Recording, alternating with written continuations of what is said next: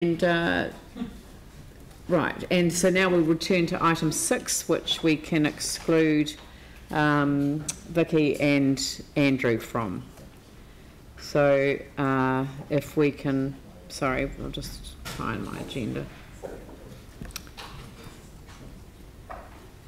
Right, item 6, $30 million loan, the results of consultation. That went to the Social, Community Development and Housing Committee, so I'll hand over to Phil to introduce this item. Thank you, Leanne. And I'd also like to start by thanking staff particularly. This has been a huge piece of work. It goes back a long time, and there's been a few reiterations, but I think the work that the staff have done is incredibly commendable. It's clear in the report that this $30 million housing loan is a clear part of our agreement with the Aotearoa Housing Trust through the Housing Accord, which in fact goes back now 4 years. So today is important to finally deal with this and in my view sign it off. I think one of the important things is that this $30 million loan to grow housing clearly fits our council's policy, and I'll quote what it is so we're clear. It's to maintain, upgrade and where appropriate increase its supply, and it follows and by entering into partnerships. So it's quite clear in the report too that to grow social housing in partnership with the other agencies, that's not only our aim but it's also the aim of the Aotearoa Housing Trust. The other area that's clear in the report too, and Bruce may comment on it, is that, and it's important, and it was referred to in the earlier report on housing, is that our policy at council is that our social housing is rates neutral, and this whole loan clearly becomes rates neutral and meets that policy. So happy though to have Bruce add to my introductory comments. Excellent. Oh, well, I don't know whether to open it up, or Bruce, did you want to make any comments, or shall I open it up for questions? Okay, this has been through a committee, so do we have questions? Yanni? I think it would be quite useful for the chair or the staff just to highlight what changes have been made as a result of the submissions. Through the chair, looking at the submissions, they've covered quite a number of topics, most of which were already considered in the original report and our thinking behind the original report. So there's no substantial change that has come out of the submissions. There will be some detail information that from one particular submission that I will be taking on board, which is around things related to the security and whether we have a bond, particularly during the construction period. So that was a very worthwhile suggestion that was made by one submitter, and we'll be following up on that. A lot of the topics raised were less about the issue at hand, but more about council's general strategic direction for social housing, particularly around whether or not council should have been in the business or not, and also about whether council should rates fund or not. And as those matters were not the topic of the consultation and not part of the decision in front of you, they haven't really driven any change to the approach we're suggesting.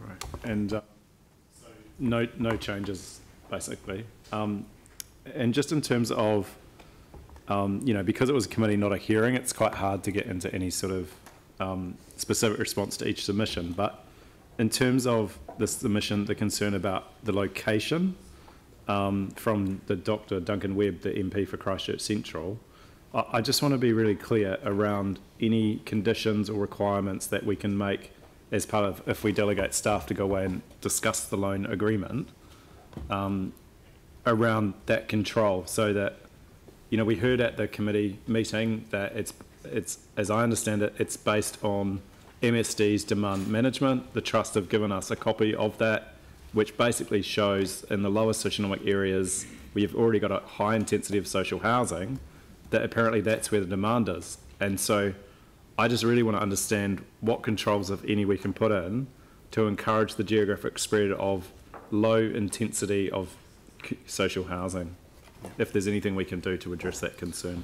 Yeah, so the documentation we'll be putting in place is all about finance and not about the strategic direction for housing.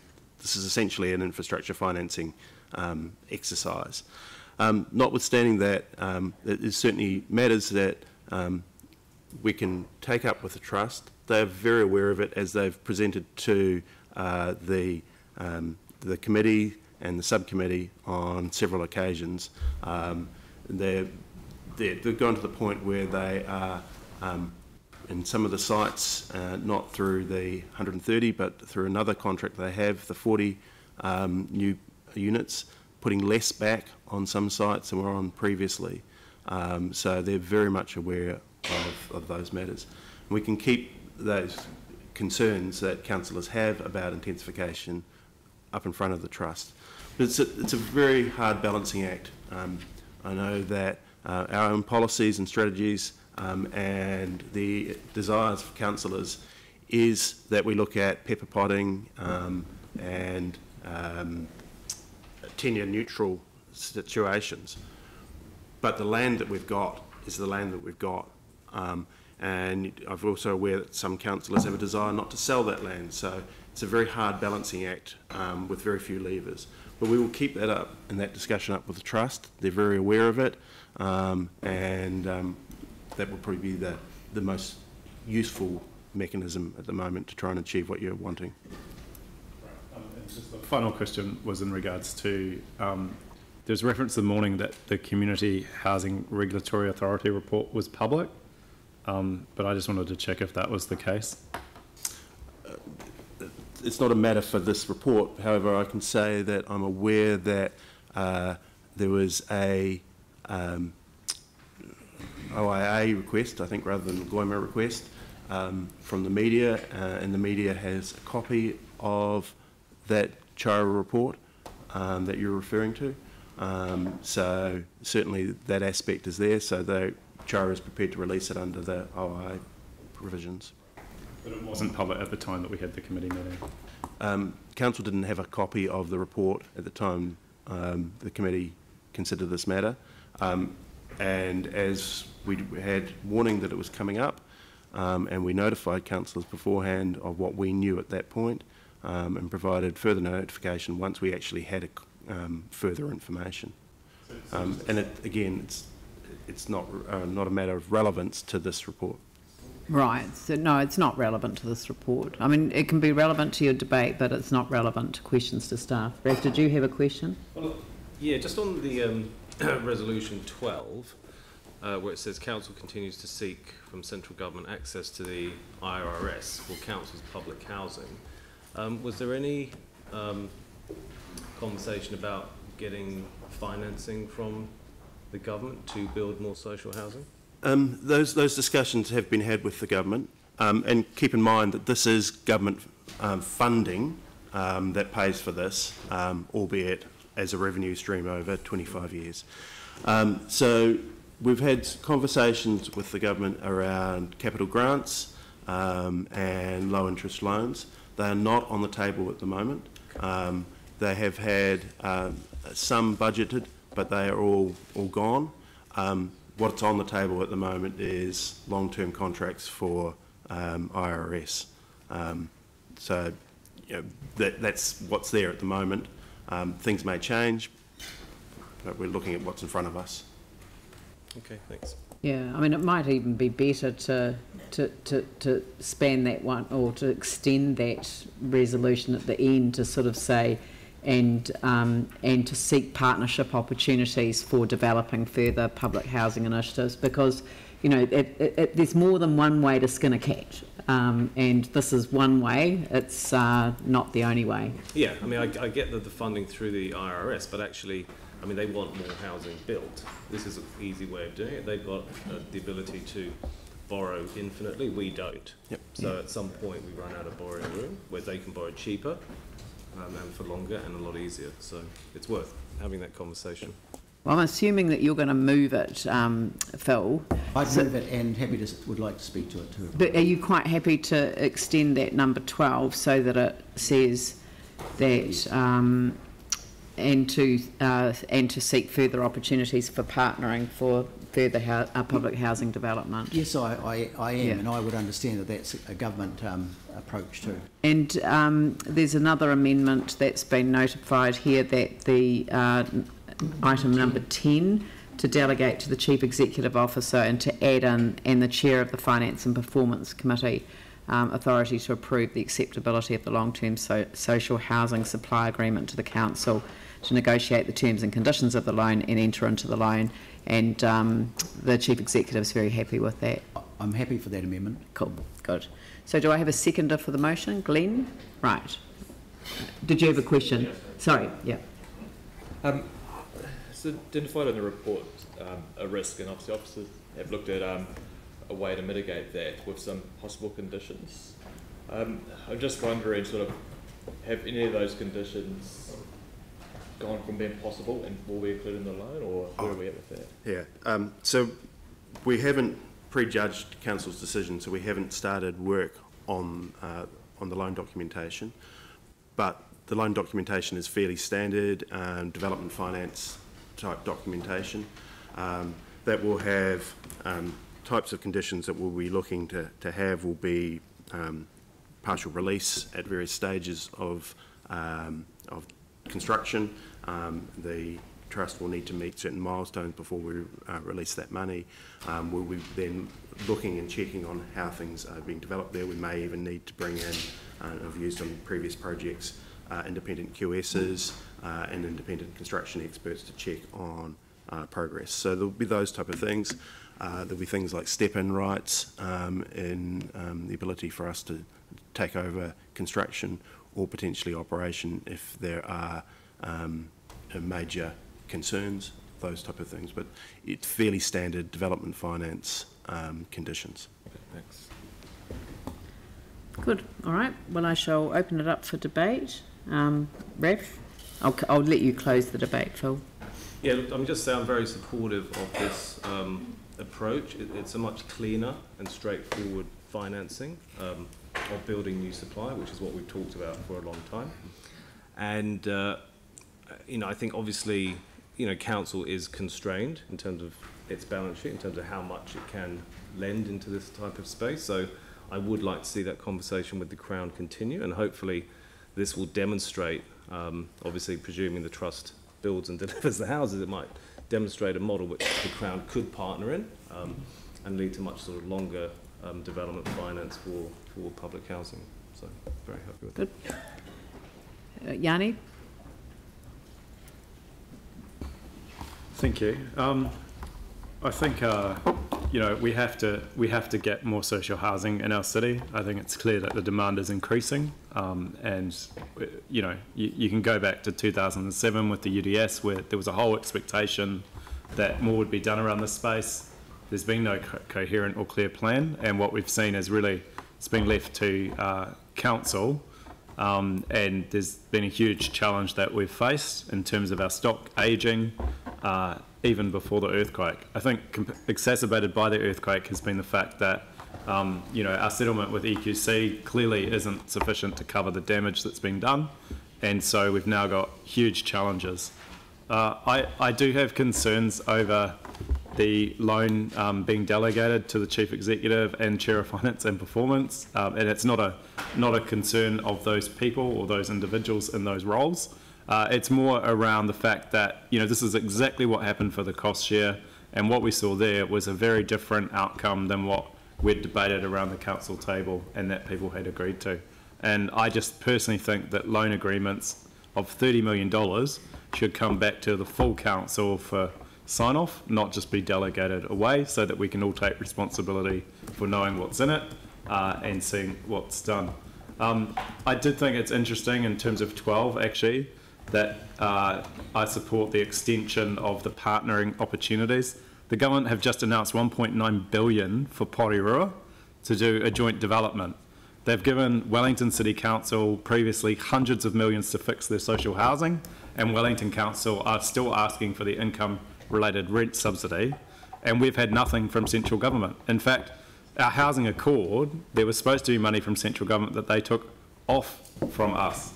And interestingly enough, we're now funding central government to rebuild social housing in the central city, and yet they won't let us be eligible for the income-related rent subsidy. It is absolutely hypocritical, I think, for central government not to enable us to access the income-related rents. That was in our first housing accord agreement with them, and it should have been adhered to, and I think it should be reinstated as soon as possible. I am concerned that the $30 million, we hear that it's not appropriate to have any discussion about how that money is spent in terms of geographic location. And I understand that, you know, the trust want to provide social housing, but we've also heard quite clearly what some of the barriers are. And just the MSD map is really, really clear that social housing demand is in the lowest socioeconomic areas. And for communities, we've just heard a presentation this morning, and I can bring in the Phillipstown people who have come to our community board about the impact of huge, intensive and dense social housing and community housing developments in local neighbourhoods is not a great way to actually proceed. It devastates communities. It's not the fact that it's social or community housing, it is simply the scale and the magnitude of those developments in terms of local amenity and the local social cohesion. And so I just cannot understand why it's out of order for a loan agreement, $30 million that we're giving, to have no conditions about controlling the intensity and the density and the geographic spread. I think it just, to me, seems weird that you can't have conditions in a loan that would address that issue. And the final point I'll make is that I'm glad that we've been told that this report from the Community Housing Regulatory Authority is now public. There are a number of very concerning things in there, and you know, I've tried to flag an amendment around just having controls over the rents so that we can ensure that the money that we're lending to the trust isn't going to build houses that are then having rents charged higher than market apply to the tenants. If you read the report from the Community Housing Regulatory Authority, there are a number of concerns about how the trust has valued its existing housing, which is our housing that we're leasing to it, to set the market rent. And that's hugely, hugely embarrassing for us as a council, that we would be overcharging tenants in our social housing through a mechanism like the trust being able to do that. There's also a number of other things that report has highlighted, and again, like, I don't think it's because the trust is necessarily behaving in a way that isn't just, but it just seems to me that there's a number of concerns around policies and procedures to ensure. There's going to be lots of points of order on this, and maybe I should have ruled you out of order. But your time's up anyway. Aaron? Not out of order. It's pretty tough to follow. I'll aim for a shutdown. Well, the 3 minutes is the limit, so yeah, off you that's go. all right. I'll speak quicker. I was watching. You had over 3 minutes. Yep. So I just wanted to raise a couple of points. Some of Yanni's debate and argument I do agree with and sympathise with. The only points I wanted to raise, though, are ones around our way forward with our housing stock, and a couple of considerations I'd like us to make as a council. The first is the naming of it, that we still call it social housing. We had a great presentation from Stephen during the committee, and it should be called public rental housing, not social housing, just around the stigma that goes along with it, like you have private rental housing. I'm not sure what the opposite to... we don't call private rental houses capital houses, so why do we call these ones social? Or capitalist houses, I don't know what the opposite would be, but it's an odd, and I liked the way he framed it, and I think as a council we should seriously consider that. Which then leads me to my other things we should consider, and that's around pepper potting, that we don't have a policy for it. We don't have a firm policy for it around our own public rental housing, nor for the governments, and nor for any developments that are going on throughout the city. When any new subdivision's built, there's no consideration given to what percentage should always be social housing, and the same with apartment blocks or anything. If you want to break the barriers between rich and poor, you have to let them live together. And currently, in our country, we ghettoise the poor by putting them in neighbourhoods all together in intensive housing. So you take the people, often with the most problems in society, stick them all in the same street, and then wonder why the police have to go back 3 times a day. It makes no sense. So don't label them or brand them, let them feel like everyone else. And so we need a policy on pepper potting going forward. The best time would have been straight after the earthquakes, but it was suggested to the council then. We didn't pick it up and run with it, but never too late, I suppose. And then the other one is around, and this is one of the points I agreed with Yanni on, was around our numbers of units going forward. If our population is growing at the rate it is, if we were back to pre-quake numbers, we should be growing our public rental housing by approximately 60 to 100 units per year. Now that has to remain rates neutral, so we should be getting some of the smartest minds in the city together to go, how does that work? How do we achieve this? You know, you've got companies from this city that can play on the world stage with inventing things and coming up with systems and solutions. We just don't do it for housing, and I think we need to turn a few smart heads to that and come up with some really good solutions. Good I'll just timing. hum the last 4 seconds. Thank you. Thank you for your contribution. Glenn. Thank you. A few points here. Most are points I had in mind. Some are response to. I'm happy with the recommendations, including number 10 over the delegation, because really we just want to get cracking. And this is also not the cost yet. The council's reputation and track record is kind of at stake on this. So we go back to the 1930s in the provision of social housing, and this is an opportunity to facilitate the building of 130, and as part of that, as you'll see in the report, another 50 is kind of bound up in associated building there. Frankly, if we don't approve social housing here or anywhere, the likelihood of having greater homeless on the streets will increase. That's because housing is a system. Social housing is a response to homelessness, and homelessness itself is symptomatic of a lack of it. It's just how housing works. And we know through our work, with my work, well, Phil's work with me, together on Housing First, that this is joined up, and it's imperative we support this today. Even if you don't support social housing personally, I'd like you to please consider the social implications for the whole city of not providing for it. We've had the Greater Christchurch projections, which you've all seen, over the demographic coming our way.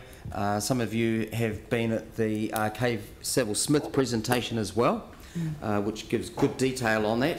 So quite honestly, if we don't begin to provide now, not only replace the units, but get ahead of the game, this will affect the whole city. Over some of the comments made with regard to pepper potting and typology, and you know, look, I admire my colleagues' passion on these things, but I want to say, and this has come up a couple of times today, the poor don't have a monopoly on the police, all right? So other parts of our society certainly take up their time as well. I mean, I think we could say, you know, you could have rich ghettos for what that's worth.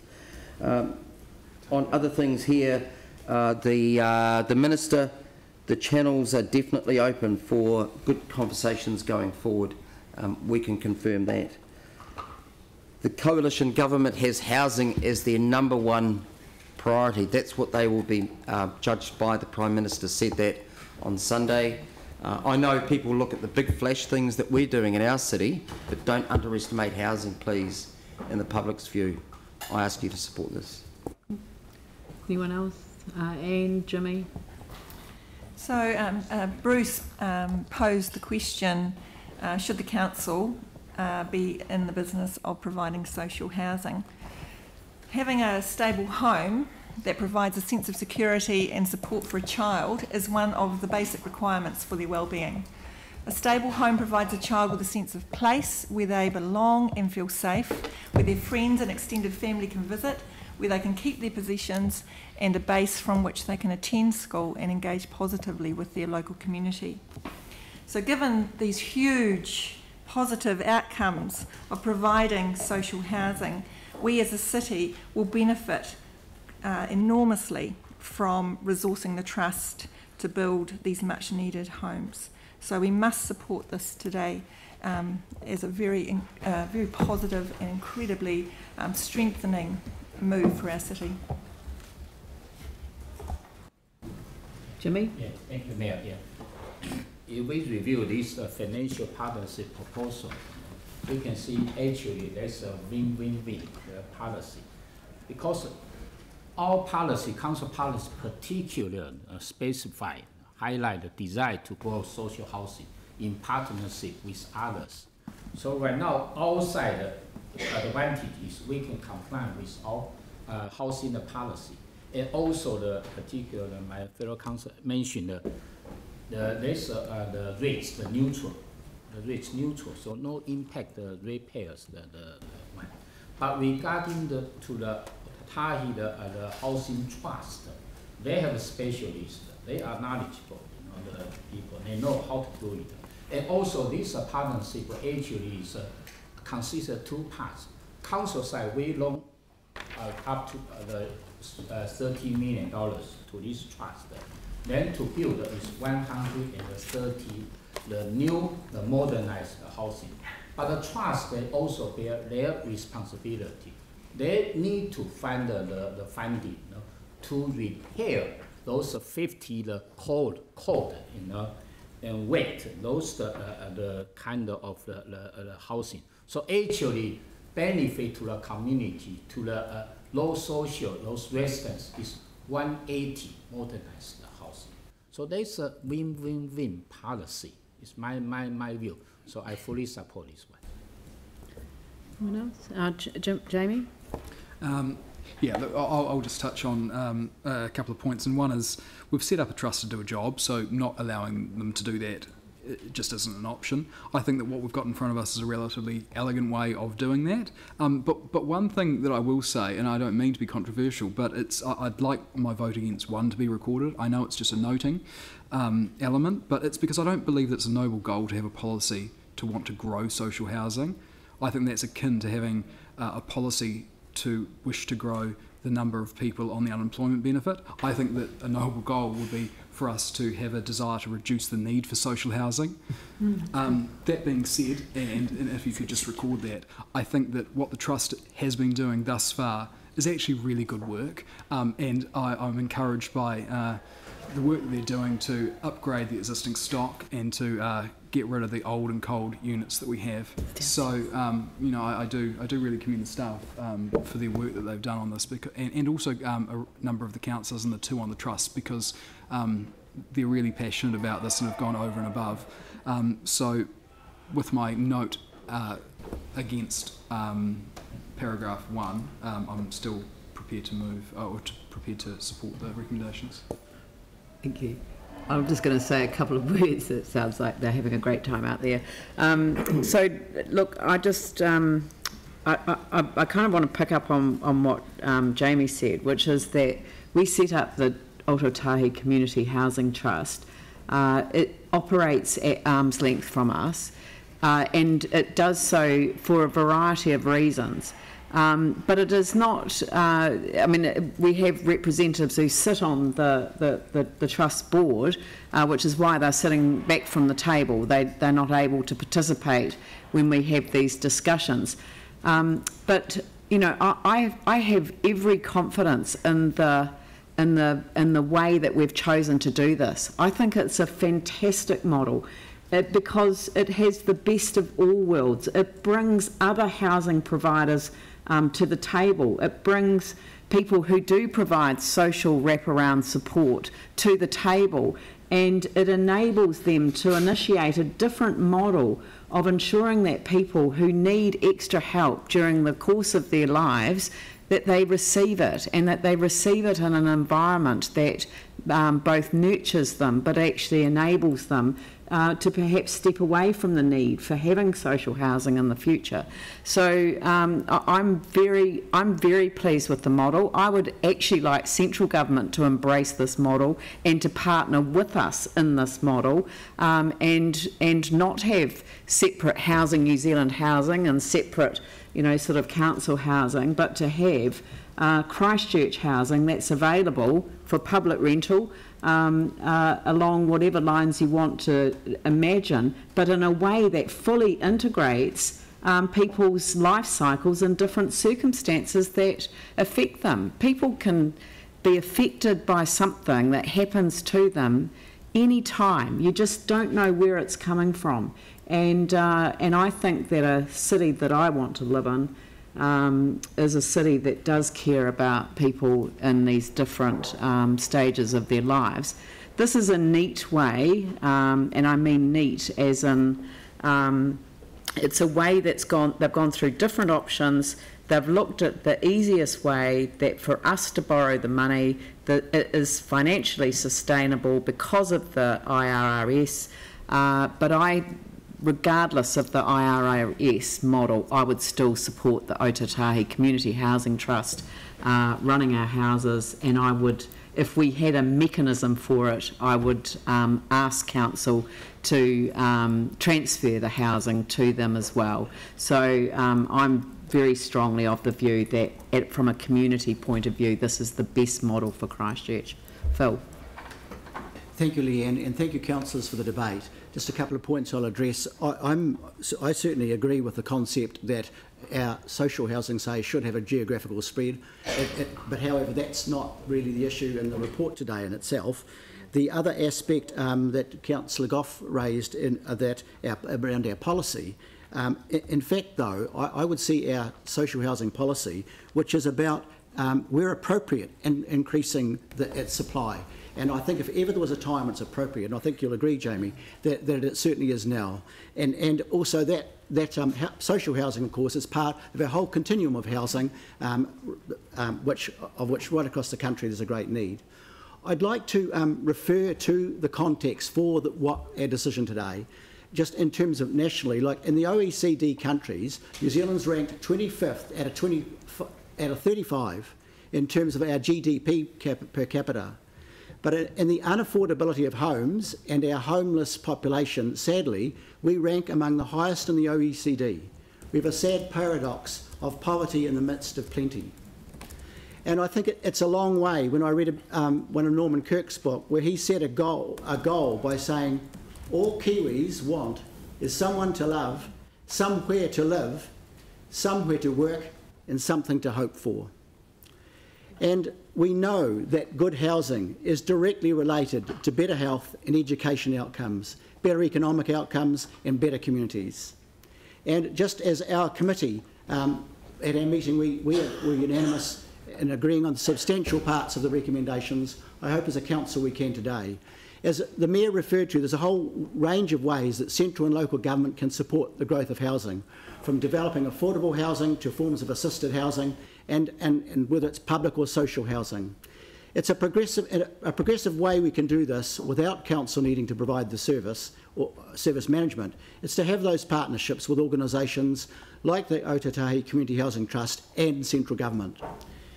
And I think, as has been referred to, the reality of the need for increased availability of social housing has been made worse, really, by the large number of baby boomers and the fact that many of those will not have incomes to be able to support the market rentals. So, and I want to comment briefly, if I may, that Housing First is part of our social housing. I will finish soon, Leanne. I think the whole loan, though, which we actually signed off 4 years ago, is to increase the supply of housing. It'll support warm, dry homes. It'll achieve that Homestar standard for sustainability. And it's time that this housing accord was actually actioned. And we need to make sure that Christchurch isn't a place like a tale of two cities. All New Zealanders deserve to have a place to call home. And through partnerships like these with the Ōtautahi Housing Trust, there's great potential to address these. Thank you. Number 10 separately. Okay, so we're just going to, well, we're just going to note that the note number 1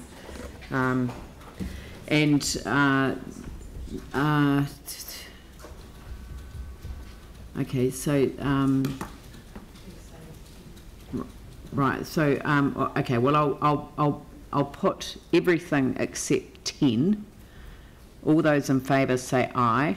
Aye. Those opposed say no. That's carried. I'll put 10. I'm abstaining. You're abstaining for the whole thing. Okay. I'll put item number 10. All those in favour say aye. Aye. Those opposed say no. No, so that's Yanni and abstention from David East. Right, it's carried. Thank you. So now,